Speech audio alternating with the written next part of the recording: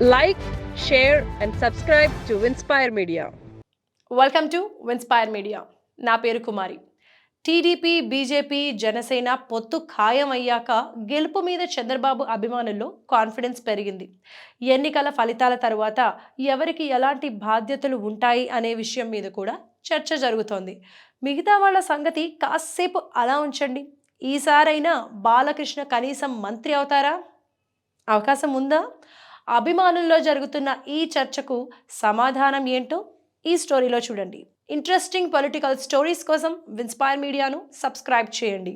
తమ కూటమి గెలిచి చంద్రబాబు మళ్ళీ ముఖ్యమంత్రి కావడం ఖాయమని టీడీపీ ధీమాగా చెబుతోంది. బహుశా పరిస్థితి కూడా అలాగే ఉందన్న ప్రచారం గట్టిగా జరుగుతోంది. చంద్రబాబు ముఖ్యమంత్రి అవుతారు సరే, ఆయన వియ్యంకుడు బాలకృష్ణ కనీసం మంత్రి అయినా అయ్యే అవకాశం ఉందా అనే చర్చ నందమూరి అభిమానుల్లో జరుగుతోంది. ఇంతకీ అవకాశం ఉందా? నందమూరి బాలకృష్ణ హిందూపూర్ నుంచి మూడోసారి పోటీ పడుతున్నారు. గెలిస్తే హ్యాట్రిక్ ఎమ్మెల్యే అవుతారు. హిందూపూర్ రికార్డును చూస్తే బాలకృష్ణ గెలుపు ఖాయమే. మరి గెలిచాక మూడోసారి కూడా సాధారణ ఎమ్మెల్యేగానే ఉంటారా? ఇదే ఇప్పుడు ఇంట్రెస్టింగ్ పాయింట్. మామూలుగా అయితే ఎవరైనా వరుసగా గెలుస్తున్నారు అంటే క్యాబినెట్ బర్త్ కోసం చూస్తారు. రెండోసారి అయితేనే సౌండ్ పెంచుతారు. అలాంటిది బాలకృష్ణ మూడోసారి ఎమ్మెల్యే కాబోతున్నారు. కానీ క్యాబినెట్లో ఉంటారా అంటే ఈసారి కూడా అనుమానంగానే కనిపిస్తోంది. ఎందుకంటే చంద్రబాబు కుటుంబం నుంచి 2 క్యాబినెట్ బర్తులు ఖాయం. చంద్రబాబు ముఖ్యమంత్రి, తనయుడు లోకేష్ మంత్రి. అలాగే కమ్మకోట కూడా ఫుల్ టైట్గా కనిపిస్తోంది.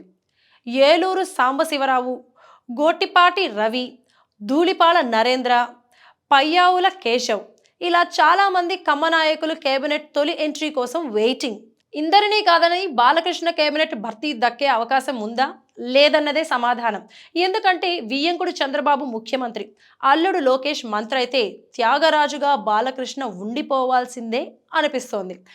ఎంత ఎన్టీఆర్ రాజకీయ వారసుడైనా, సినిమాల్లో స్టార్డమ్ ఉన్నా, రాజకీయాల్లో మాత్రం ఇలా సైడ్ క్యారెక్టర్ పోషించాల్సి వస్తుంది అనే ఆవేదన బాలకృష్ణ అభిమానుల్లో ఉంది.